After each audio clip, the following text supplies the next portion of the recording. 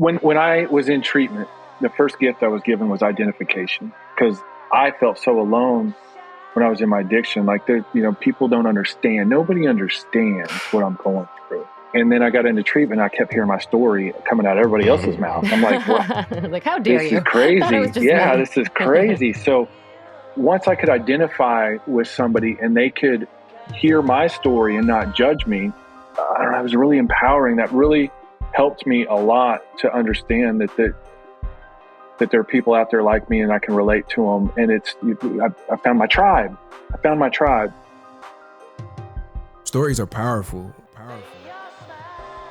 Welcome to the Rise, Recover, Live podcast, brought to you by The Phoenix. This is a space where people impacted by substance use can come to share their story of strength and resilience, get open and honest, and inspire hope and build community through shared experience. We'll be talking to people in our community on their own recovery journey and shine a light on the topic of recovery in all its forms. Maybe you'll hear some of your story in theirs. Let's show the world that together we rise, recover, and live.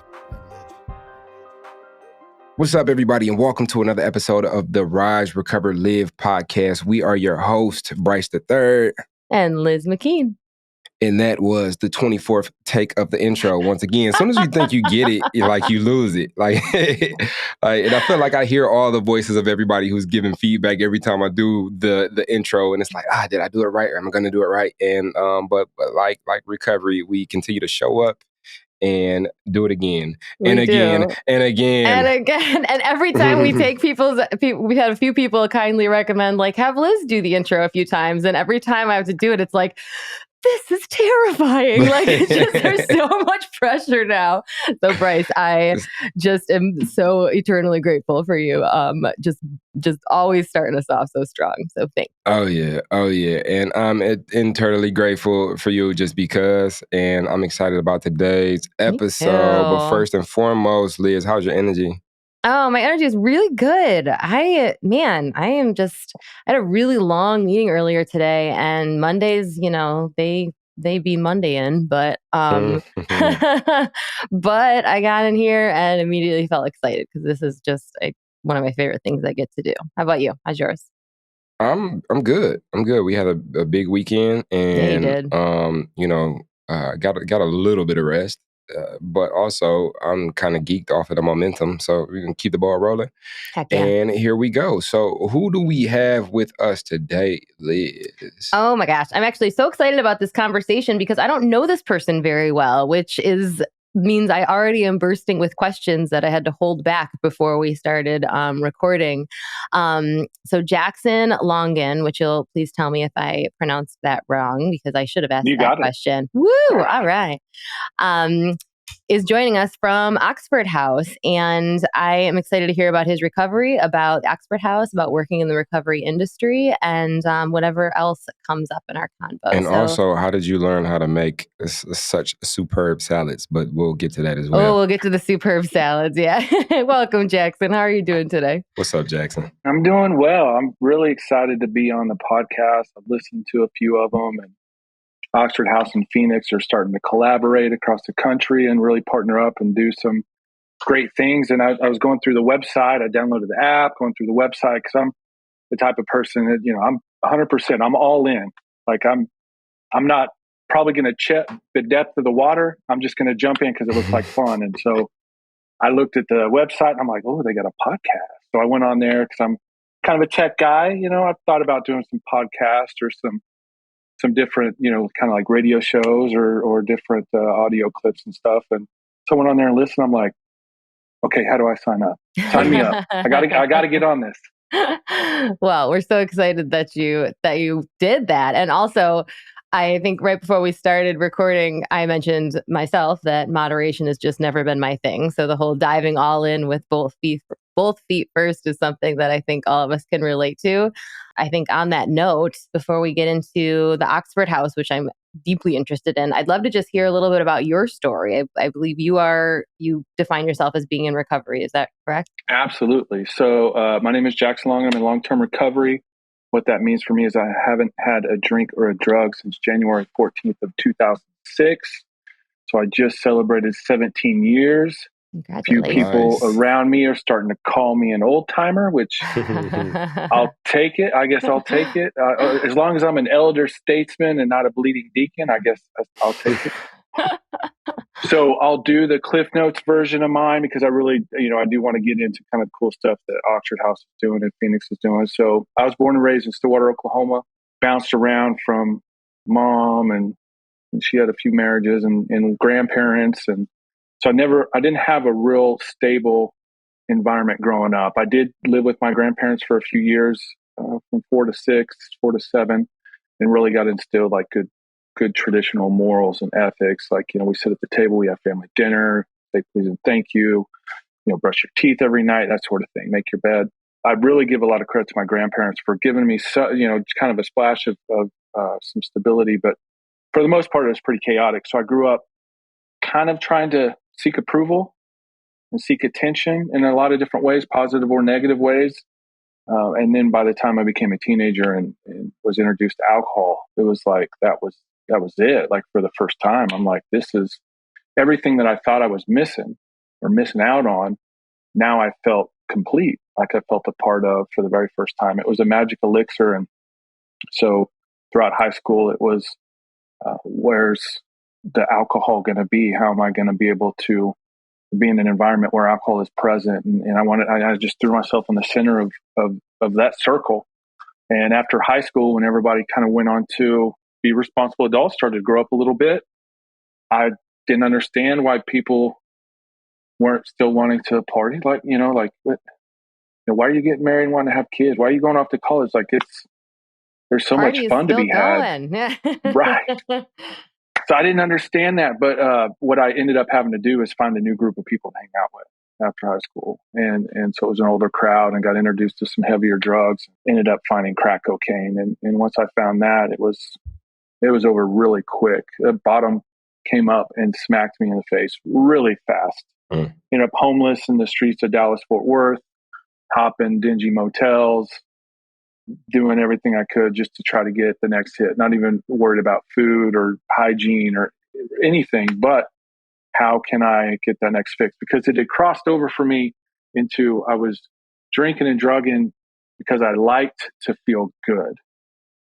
And at some point it turned into, I'm drinking and drugging to avoid feeling bad. So I had this knot in my stomach, this impending doom that it's like who's the cartoon character? It's got the cloud over him, the Charlie Brown character. It's got the cloud that just follows around. Yeah. And it's like that. I couldn't get away. I couldn't get away from myself. And I didn't know that I was the problem. I thought, if everybody else would just leave me alone, let me do, just everything would be fine. But I ended up hitting the bottom, ended up in treatment, was introduced to recovery. And I can remember walking into treatment, like, people are happy, they're smiling, they're hugging me, they're welcoming me, they're holding hands, saying this prayer, the serenity prayer I'd never heard before. Like, this seems like a cult. Like, they're on something because they're like, welcome, we're so glad you're here. And I'm like, I'm not glad to be here. Like, this is not where I wanted to be. I thought it was really different from what I thought treatment was going to be. But when I got out, I did not follow the suggestions. I tried to do it on my own. I tried the half measures of Ellis nothing. Like, I can relate to that. And so I ended up back in treatment. I relapsed, ended up back in treatment. I always joke, it's like I went to this treatment center called Valley Hope in Cushing, Oklahoma. I liked it so much I went back. So 2006, I don't know, a light bulb went on, aha moment, spiritual experience, moment of clarity. There's a lot of phrases for that people use, but it happened to me. And I became willing to do whatever it took to stay sober one day at a time. So I got a sponsor, worked the steps, found a home group, read the literature. I did everything that was suggested. And then I moved into an Oxford House in Oklahoma. And there I surrounded myself with peers who were in a similar situation where they needed a little bit of help. They needed a safe place, a foundation to live so that they could work a program of recovery. And I fell in love with the opportunity that it provided for service. I knew that was my calling, that I wanted to help others I can't get anybody sober, but I can help provide an opportunity. I can clear away some of the brush so they can at least see the path. Mm-hmm. And so that's what I wanted to do. And so I applied, I got hired, started opening auction houses all over Oklahoma, got promoted, transferred to Texas. I was in Texas for the last 10 years. Now I'm back in Oklahoma and just got promoted again. I'm the director of communication and information. So now I have more of a national role with the organization, kind of helping us keep organized internally and trying to get out and kind of be a voice for Oxford House as a whole, as an organization, do some PR stuff, some marketing, some social media. So we're trying to take Oxford House kind of to the next level as a nonprofit organization and let people know who we are and what we are, because we are a little bit different than what people would call halfway houses or sober living. We have a unique model.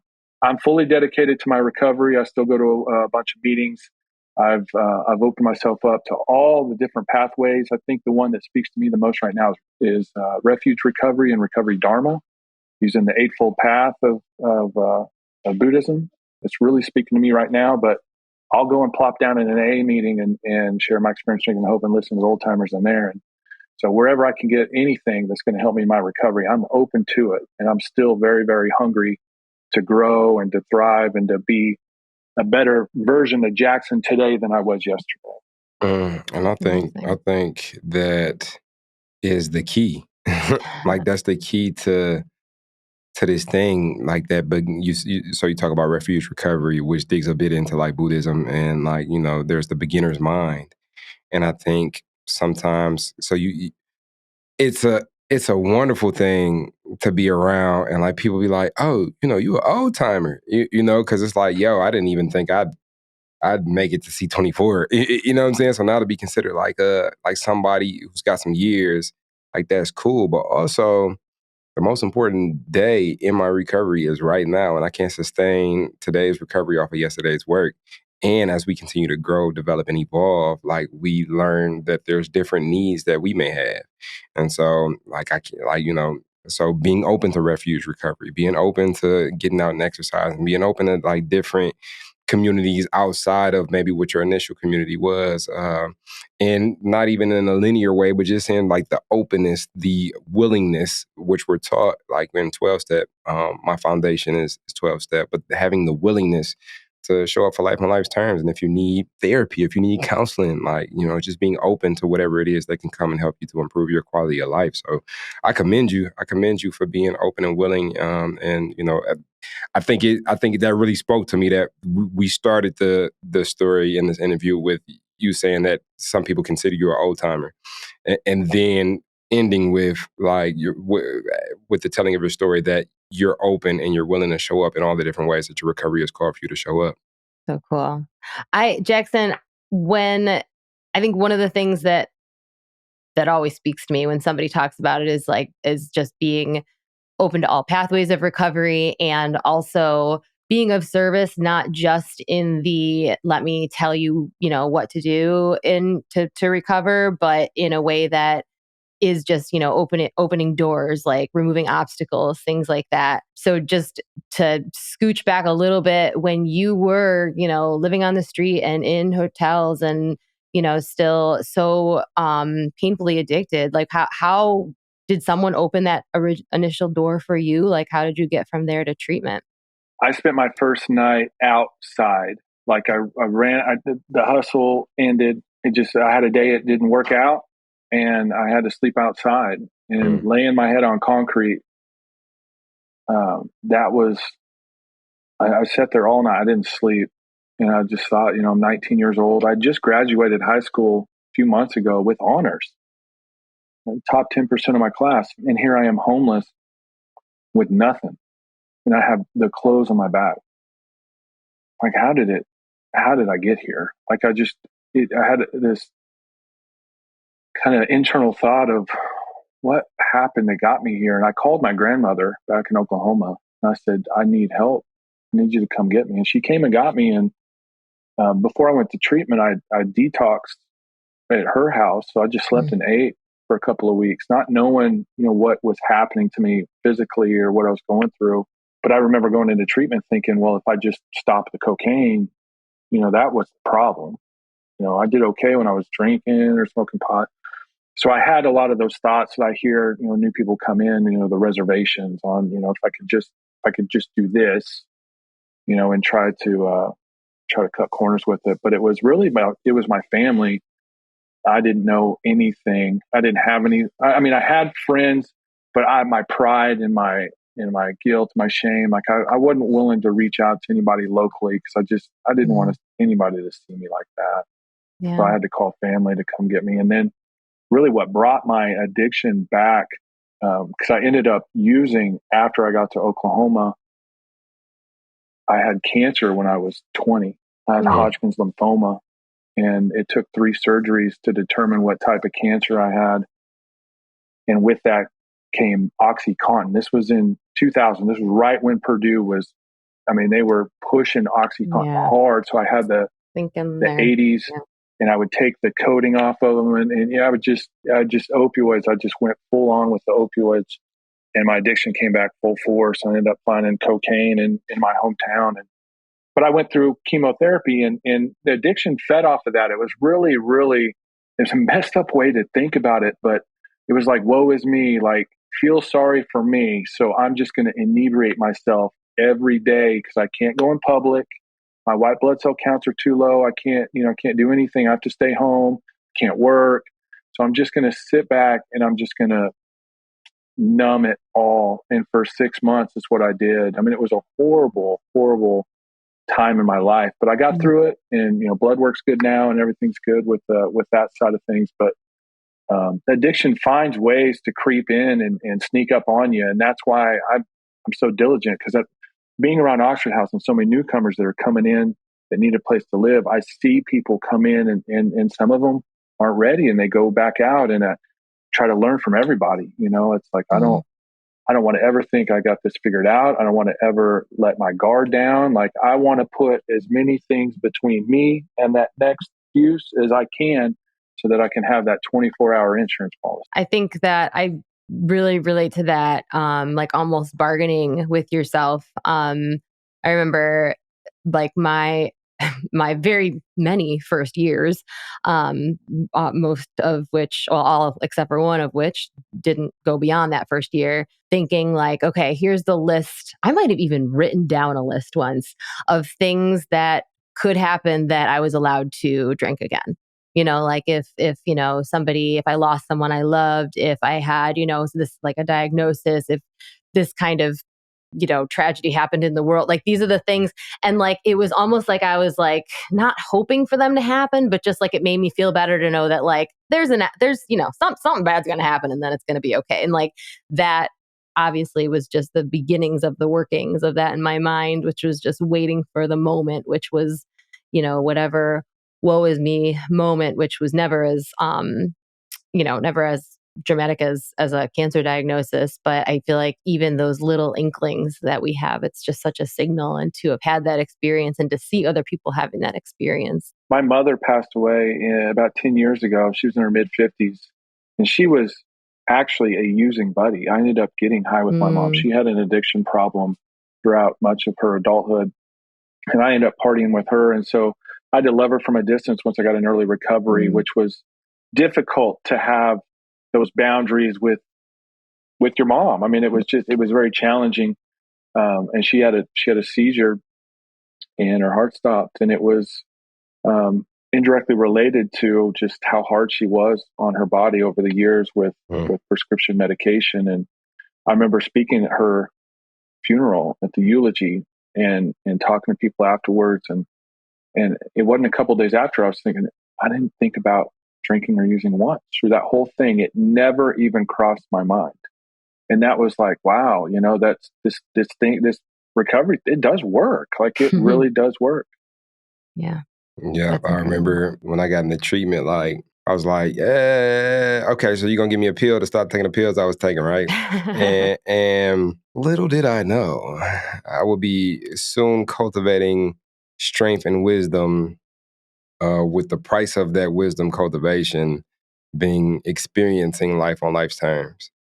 And I think it's people like you, Jackson, that I come across and hear their stories, which is a contribution to my life in such a way that keeps me going and lets me know like, oh, like no matter what happens, like I can continue to show up. Like this person showed up for this, and I haven't had anything close to that. So, it kind of prepares me. And I think that's the what's been the benefit of being programmed, but also like the benefit of having community in general, right? Mhm. As like being able to, one, share a problem, and a problem shared is a problem cut in half, but two, benefit from the experience of others without having to actually have that experience yet, And I think it's a beautiful thing. I think that kind of is a good segue into the Oxford House, because it sounds like that's really what you found there, and then been able to also give of yourself in there. And like I said, I don't know a lot about the Oxford House except for that, there is some partnership conversations happening with the Phoenix, which is really exciting. And,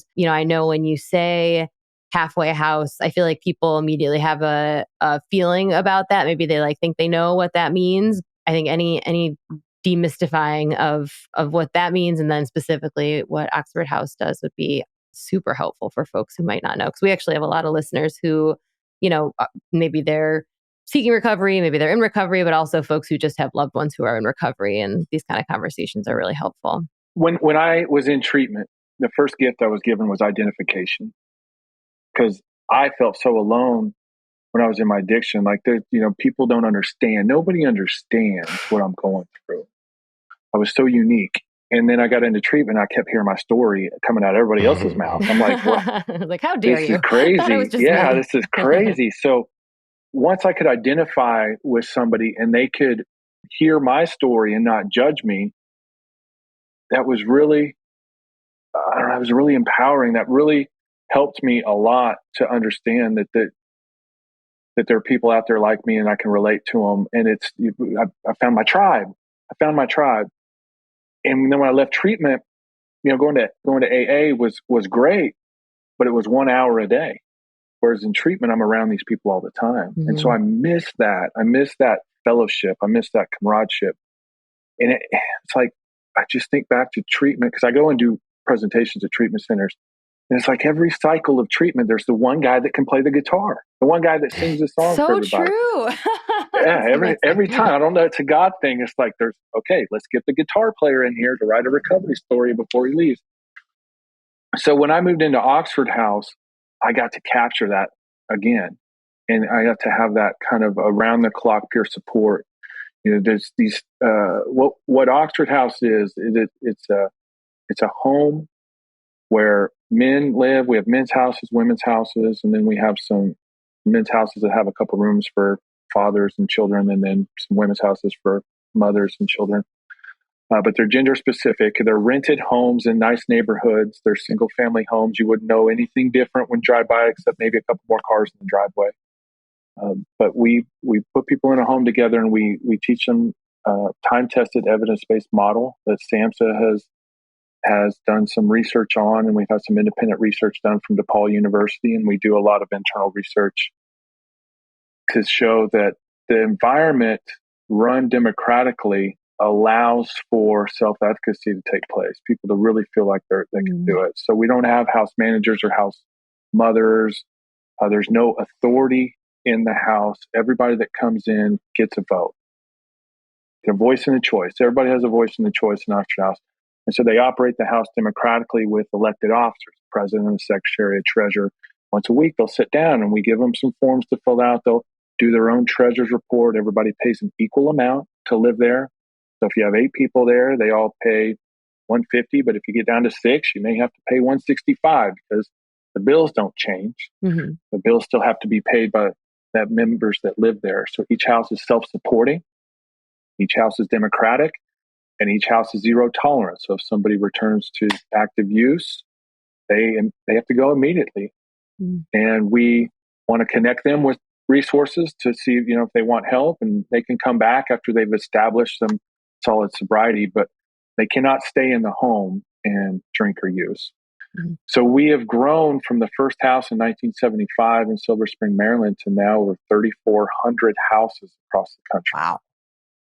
In the last just few years, since the opioid epidemic has really kind of taken off, and the government has started to support that with some funding to try to help with those we've been able to get more what we call outreach workers, which are full-time staff. Where what I got paid to do early on is I would go and find homes to rent, find decent to affordable furniture to put into the homes because we have a very limited budget to open the homes with, and then go and talk to treatment centers and drug courts and jails and prisons and try to find people that need a safe place to live, a foundation so that they can work on a recovery program. So Oxford House, we don't have any classes, or there's no counselors, there's no professional staff in them at all. They're democratic, they're peer run. It's like a fraternity or sorority house. There's just no keg parties on the weekend. Yeah, the opposite, the So when anti-fraternity house. right. So when we fill a house, we're not going to tell somebody they have to leave in 6 months like the old halfway houses. That was my back next in the question, day. yeah. We fill the house, we'll open another one. We want people to work recovery at their own pace. So average length of stay is about a year.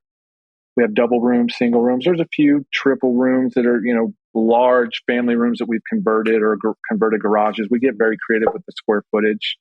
But everybody has their own personal space. Everybody has a role to play in the house. They have guidelines in the house they live by that they vote on, their curfews and chores and stuff like that. But so there's accountability and there's structure. It sometimes more so than what you might see if somebody was in charge, because they take pride in this home. This is their home. So a lot of people coming into Oxford House, it's cool to hear how they mention it, because I pay attention to the language they use. They say, I live in an Oxford House rather than I stay at an Oxford House. And that means that's their home. And they form a family. They'll have family dinners together. They'll do unity events. And then houses will group together in a local area and form a chapter. So once a month, you get the house presidents from each house going to this chapter meeting and representing their house and just doing a check-in, saying, here's how many vacancies we have. Here's how much money we got in the bank. Here's some issues that we've had with personalities. And here's how we overcame them. And they'll visit each other's houses. So if a house struggles and you have some people that end up relapsing or through disruptive behavior and get asked to leave, and then you have a bunch of vacancies, you may have another house come and help them out. We may even do a fundraiser for them or get some donations or try to help them out. So we're all interconnected, and it's just another safety net, an added layer of support. So the outreach workers, even though they're kind of the institutional memory of Oxford House because it's transitional in nature. So if we left a house alone for 5 years and go back in, it's probably not going to be the same thing that we started, because it's like the telephone game. Information falls off as people come and go. So with the outreach worker can do trainings and workshops and kind of do informal trainings in the house and do formal workshops on the weekends every few months and get people back to center, get people back to base level so that they can understand that model that's been, considered a best practice. We want that to be what you're doing, not turn it into some other form of sober living. So we do a good job of keeping track of the houses and keeping an eye on them. But for the most part, they do it themselves. You may have one outreach worker in a metro area where there's 40, 50 Oxford houses, and houses are doing great. They're stacking money. Nobody's getting rich off Oxford House. We don't own any of the properties because we don't want to get caught up in assets. We don't want to get caught up in the money. We want it to be about recovery. That's so we don't own any properties. The landlords, they probably do pretty well. I mean, we're renting houses for decades, 20, 30 years. We're renting houses. So they're probably doing all right. But they get whatever the houses bring in extra above and beyond, they get to keep. They vote on what they want to do. If they want to get a 75-inch TV, then get a 75-inch TV. Had a women's house one time that was talking about getting a tanning bed for the garage. They had enough money to go buy a tanning bed. And then I explained to them, I said, now, do you understand that you're going to have to pay to have the electrical box converted for this? That your electric bill is going to go with. And so once we walked through it and played the whole tape, they're like, maybe we'll just get a hot tub in the back. So I think they went with the hot tub. Heck instead. yeah. Yeah. That's amazing. But it's hot. There's a lot of success that DePaul University's done research for years and years and years and followed people in Oxford House and after they left. And it's about an 80% success rate for somebody who stays in an Oxford House at least a year. That's amazing. Do you ever get, I feel like probably the answer is yes, like pushback from neighborhoods when you're looking to start up there? So I liaison for the legal team. I'm kind of a paralegal. I just try to keep everything organized, but cities have, a lot of them have ordinances on how many people can live in one home that are unrelated. And so they'll use that and come after us and say that you're not a single family, you're not related by blood, so you can only have 4 people in this home. And then we'll have neighborhood associations that'll say, well, you can't run a business in the neighborhood. So neither of those things are true. So we took it all the way to the Supreme Court back in, I think it was 91. There was a case in Washington State, and we won. The Supreme Court said that we're the equivalent of a single family. So we rest on the support of the Federal Fair Housing Act. And so there's a protected class of handicapped and with a chronic and progressive and fatal disease, such as a substance use disorder. We have the right to not be discriminated against when it comes to housing. And so we have very, very intelligent lawyers that educate cities when they tell us we can't be there, because the landlord will usually get a notice or a letter in the mail. So our lawyers will talk with the city attorney or the zoning inspector or something like that, and they usually get it worked out. But every once in a while, we get some pretty hard pushback from communities or cities. But we fight and we push back just as hard, because we think that people in early recovery do deserve a chance. They do deserve a chance. They shouldn't have to live out in the country. They shouldn't be treated any differently. It's disheartening to see some of the discrimination that does happen in the communities, but I just think they're just uneducated. Yeah. I don't think it's they want to see harm for any other human. At least I hope not. I like to think, for most part, people have good hearts, but I think they're just uneducated. They have a fear of crime and addiction being so connected that, and they don't maybe know the difference between recovery and active addiction. That my past does not define who I am today. Because I'll go and talk in town hall meetings, and I can talk. I can't really talk legalese, but I can talk in a way that shows that I'm educated. I know what I'm talking about. And then at the end, I'll surprise them and tell them that I used to live in an Oxford House. Everybody that works for Oxford House, all 250 staff, are a product of Oxford House.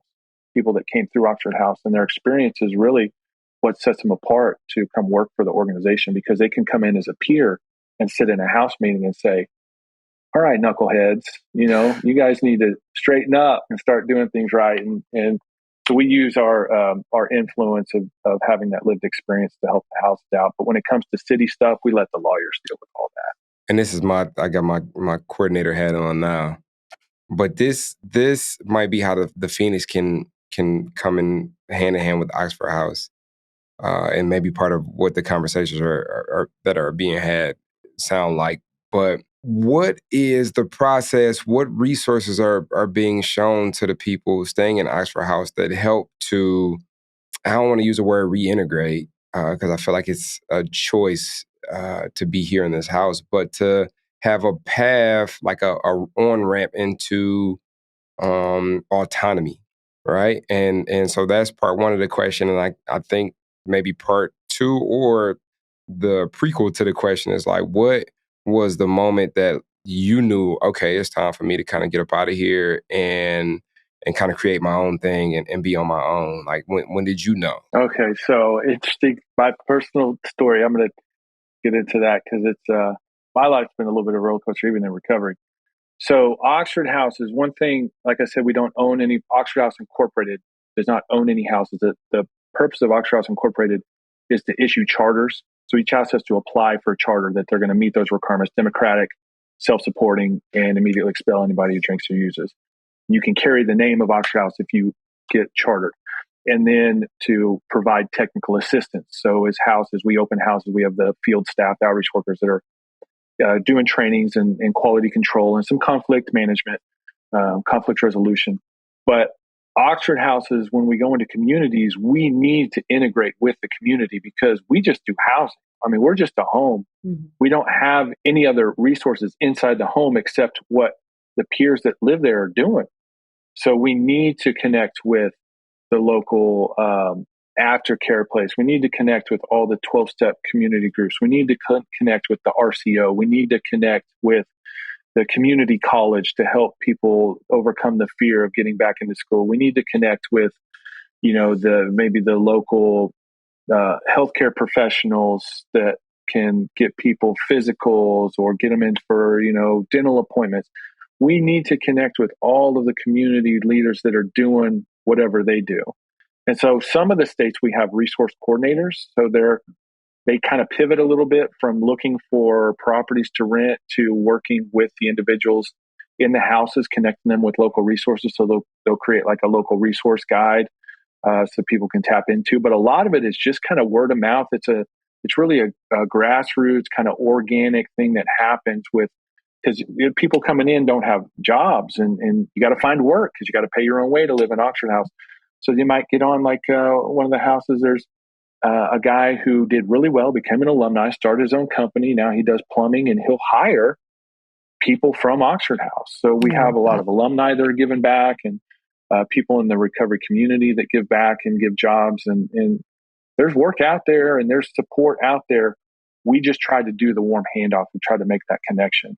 Now, me personally, I really never wanted to leave Oxford House. Like I was opening houses and moving into them. I can remember being the first one in, I don't know, like 12, in my first 3 years, I probably opened and moved into 12 different Oxford houses. So I'd always be the first one to be me and a mattress before I even got all the furniture, me and a mattress and hot water. And that's what that was it. A coffee pot and a microwave. I'm ready to go. Let's do this thing. Cause I had a big vision on what this was going to turn into. There's people sleeping on beds that I drug upstairs on my own, in a new town because I didn't have any help. And so I'm a part of their recovery. And I love that because it takes my ego out of it. They don't know who I am. They have no idea who I am. But I know that I'm a small part of the recovery, and that makes me feel good. So, I mean, relationships has pulled me out of Oxford House before, getting married, can't live in Oxford House, have a successful marriage. I've had trouble with personal relationships. So I've had a couple of marriages that didn't work out. And so right now I'm actually in a transition period. I moved back into an Oxford House. I need to kind of recenter myself and kind of start the next chapter of my life. And I need a safe place to do that allows me some time to kind of take care of me. And so I'm living in an Oxford House in Norman, Oklahoma for a few months. These guys took me in at 17 years sober. And I told them, I said, I'm just another guy in recovery, don't treat me any different. I said, I do work from home. So I got to have good internet, I need a little quiet space. But I said, other than that, I'm just a guy in recovery. So, I can go anywhere in the country, it's like going to 12-step meetings. You go anywhere in the country and walk into an 8:00 meeting and you feel home. It doesn't matter where it's at. It's like, I'm home. I literally can walk into an Oxford House anywhere in the country and be home. Like it's pretty cool. It's so interesting to see these organizations or communities that have a similar, and I don't want to say model, but just like, so my reference point was 12-step. Like I know that I could go to New York, and when I'm in New York, I could look up a meeting. Last time I was in Florida, I was like in Clearwater, and I went to a meeting. I know where I can go to China, and there's going to be some meetings, right? But then like working with the Phoenix, and going to Denver for the first time, and pulling up the Phoenix app and seeing that there was biking going on. And then like within an hour, I was on a bike with Rick, and we were, riding around the city. I was getting a tour that maybe I wouldn't have gotten if it was just me by myself, and I'm riding with other sober people on bikes, they provided a bike, or the instance of Oxford House.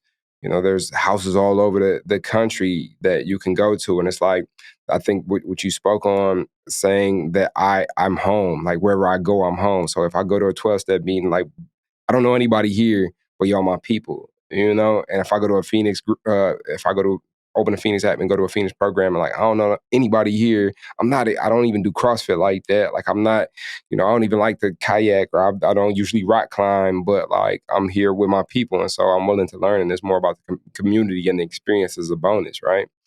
And I just think that's dope. And I think like the community of recovering people Like even when you speak about my mans who got out of Oxford home, started a successful business and came back and started giving jobs to people, you see that a lot in AA, you see that a lot in these communities that have been affected by a shared experience that is like, okay, if I don't know you, but I see that you're trying to do something for yourself, and I see that you come from something similar to what it is that I come from. So let me offer you an olive branch. Let me offer you an extension. And like you said, like how you drag the bed up the stairs, it's almost like we're doing something because we know that we did it, and it's almost for us. Here we called it a selfish selflessness.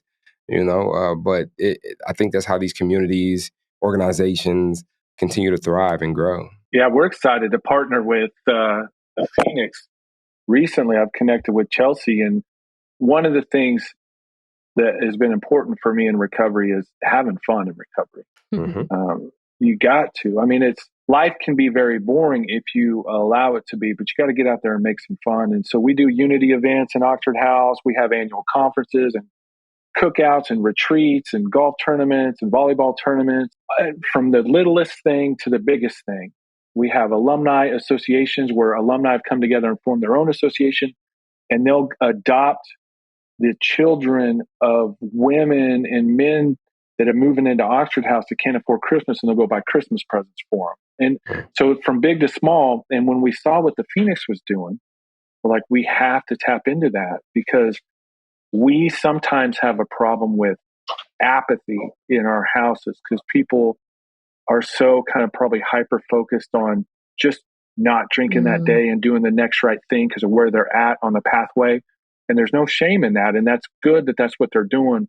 We just want to open them up to a little bit more, that if you can just give a little bit of your time to come and be a part of this activity. I know you're an introvert. I know you're antisocial, maybe even dealing with some mental health issues. Just if you'll step outside the box just a little bit and come join us at this event, I promise you'll have a good time. And the Phoenix is really helping us in specific areas right now, Texas, Florida, and the New Jersey area, but we're trying to take it national. I think we're even going to get a little part on the app where Oxford House members can go on and click and connect with each other across the country. But we're trying to collaborate and do a bunch of events together, big and small, to get the Phoenix membership and Oxford House membership together just to have some fun in recovery. It's crucial to the growth and to sustainability of long-term recovery. Yeah. I think more and more, we talk a lot just on this podcast, but then at the Phoenix about, just language. I will, fight to the death for anybody's right to name their recovery and themselves however they choose to. But just the way we talk about it as an organization, we're always trying to use the language that's not as stigmatizing, and not as like person first, like you are not your addiction unless, you want to call yourself whatever you want to call yourself, that's fine. But like, as far as how we talk about it publicly, just shifting that paradigm, shifting that, possibly stigma a little bit. I think one of the ways I've been thinking about that lately is when I talk about like my recovery as like just the now that I'm living in is really just like life. Like the before was really survival, I guess, and not very good survival, but it was just like desperately trying to survive. And then this part, this recovery and like having fun in recovery and, finding just new friends, new joys, things like that. And it's like, or just in life, like my recovery, I think is like life in a way that I just didn't have a life before. And it is like the recovery piece. And I think the Oxford House and the Phoenix and AA and whatever community that you feel most connected to, it's like, it's your touch tree, it's like we're all in this big wild forest that is beautiful, but also dangerous, and we have this touch tree that we know we can always come back to and, put our hand on and somebody else will be there too. And like, then we know we're okay. We know we're safe, and like, because I know that touch tree is there, I can venture out into the forest. And when I start to feel like I'm getting too far, like I'm not sure which direction this path is going, it's getting a little windy, I'm going to go back to that touch tree, just get my bearings, But like, if you only stay at that touch tree forever and ever, amen, like you're just missing out on the whole forest, like this whole life. And so I think the beauty of the Oxford House and the Phoenix and all these other, organizations and communities and things that people can go back to over and over again to get that grounding. For me, it's my yoga mat. The more touch trees you have, the more you can venture out into the world, into that forest, into that life. And And it's badass. And I'm so Oh, excited. I'm on a journey. I'm on a journey, personal journey right now with just my physical health because I love what AA did for me, especially my early recovery. But I walk into the room and there's donuts, coffee, and Cookies. cigarettes, and it's like, yeah, that's like, Donuts. but you got to Cake. respect the primary purpose of Oxford Right. House, right? We can't turn it into something that's not. So that means that I need to find those supports and those resources in other areas. Mm-hmm. So I'm grateful that through my employer, Oxford House Inc., we have a pretty good healthcare plan. And part of that was a free program where you get health coaching and you get like a Fitbit watch and a scale, and that you get some education on nutrition, and you got to take picture of your food and log all your food, and your health coach judges you on what you're putting into your body. So there's some real accountability. And I went to the doctor.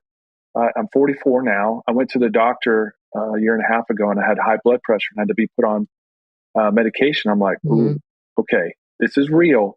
Like, this is like, I don't feel like I'm in my mid 40s, but I'm in my mid 40s and I now have high blood pressure. And at that time I weighed 250 pounds. I'm like, I need to do something about it. So I started the journey, and over time, it hadn't been perfect, but I've done exercise and I've tried to eat better. I've tried to eat more routine meals, to watch my portion control, to eat more whole foods, to eat a more balanced diet, to focus on less salt and sugar and a little bit more protein. So all the little tricks I've worked on, and what's been good for me. It's not really a diet. I'm just trying to eat better, so I don't beat myself up if I eat pizza. Like, I'll do better the next day. I'm not going to judge myself on it. But I've lost like 35, 40 pounds, and I feel better. Like, I can put on socks now without huffing and puffing. Like, my life is improving in a lot of ways than just not drinking and drugging. And I'm so excited about the future of Oxford House in the Phoenix, because there's so much life to live out there. And we were so hard on ourselves for so long that we need to really take care of that vessel, our body, that vessel of our soul. We really need to take care of it. And that's why I'm so excited, because I've personally felt the difference of just losing a few pounds. Like, I'm not a super athlete. I'm not doing any triathlons. I did run a 5K in 33 minutes though, a couple months ago. And that's like a new personal best. So, I mean, I'm so eager to try to grow in every area of life that I can. And that right now I'm focused on the physical side of it. And that's why I think I'm so drawn to the Phoenix, because I see what you guys are doing. It's like, oh, I want to be a part of that. I gotta tap into that. There's some really good energy going on over there. I want to tap into it. Well, we want you to tap into it. That's for sure. Sure do. And, congratulations on your journey. And I think like one of the consistent aspects of recovery, and especially like when I'm describing at least my personal journey to somebody else, is the continued increasing quality of life.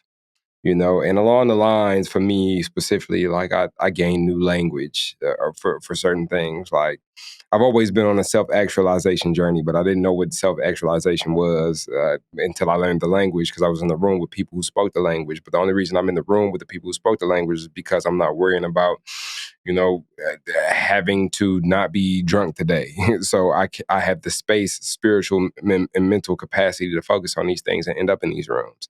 And so, yeah, the continued increasing quality of life, learning to show up for ourselves continuously, is really like a constant in recovery.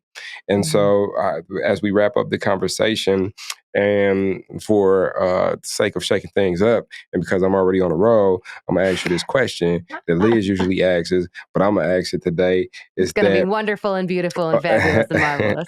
Along your journey, Jackson, of continuously showing up for yourself, there's been different iterations of you. There's been different ways that you've shown up. And so what is something that you would say today to a previous version of yourself, if you could? It's okay to put yourself first. It's okay to take care of yourself.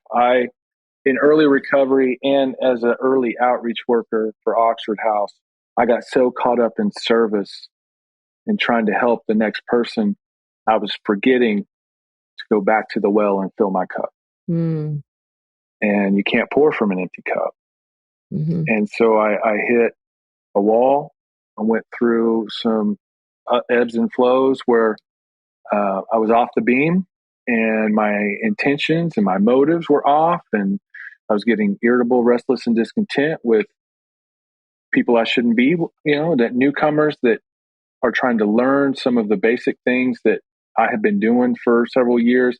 That if I find myself getting frustrated with that, trying to teach them and they're not catching on, it's like, what am I doing? Like, I need to take care of me. So if I could go back to me at maybe 2 years, 3 years sober, I'd say, it's okay to put yourself first. It's okay to say no to service today and take care of you.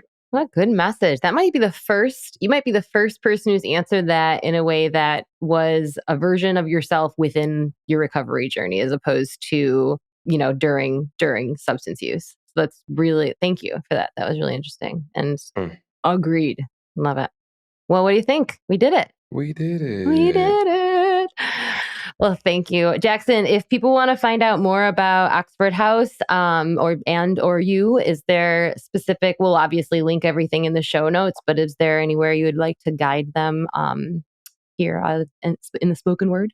Absolutely. So oxfordhouse.org, OXFORDHOUSE. That is our website, and please understand that website was built when MySpace was the primary social media platform. We are in the process of revamping our website. That was one of my first tasks. The CEO said, we need a new website. I said, okay, so we're working on that. So if you come back probably in a couple months, it'll be nice, shiny and new website. But oxfordhouse.org will have links to directories, have links to some of the research and even some of the legal stuff on there. It also has a link to the vacancy site, oxfordvacancies.com.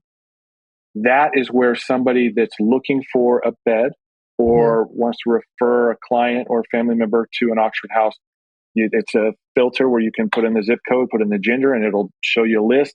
It'll give you the house phone number, and it will give you the cell phone number of one of the members who lives in the house. And they update it. Each house updates their own vacancies on the website every week.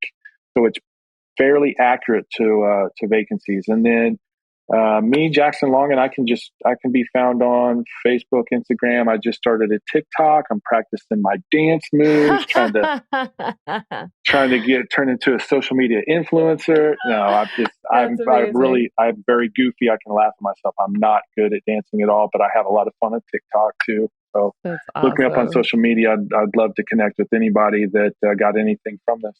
Awesome. And we'll put all the links in the description of this if you're watching this on YouTube, and we'll put all the links in the description of the podcast link as well.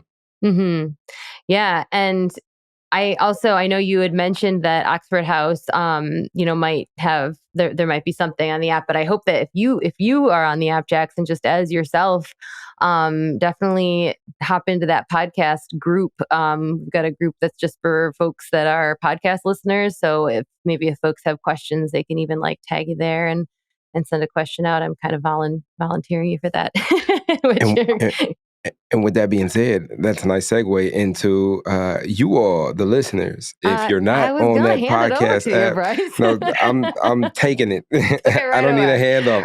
Can you tell I'm taking stuff today? I took the question. You go. Yeah, I'm just on the road. I got momentum. But yeah, so if you have the Phoenix app, go on to the podcast group in the app. If you don't have the Phoenix app, what are you doing? It's free. The Phoenix community is free to anybody with 48 hours of sobriety. This is the coolest community. I just did an event where we had 300 people all around, and I don't know what I thought about 300 people, but 300 people in one room and this is just here in Detroit.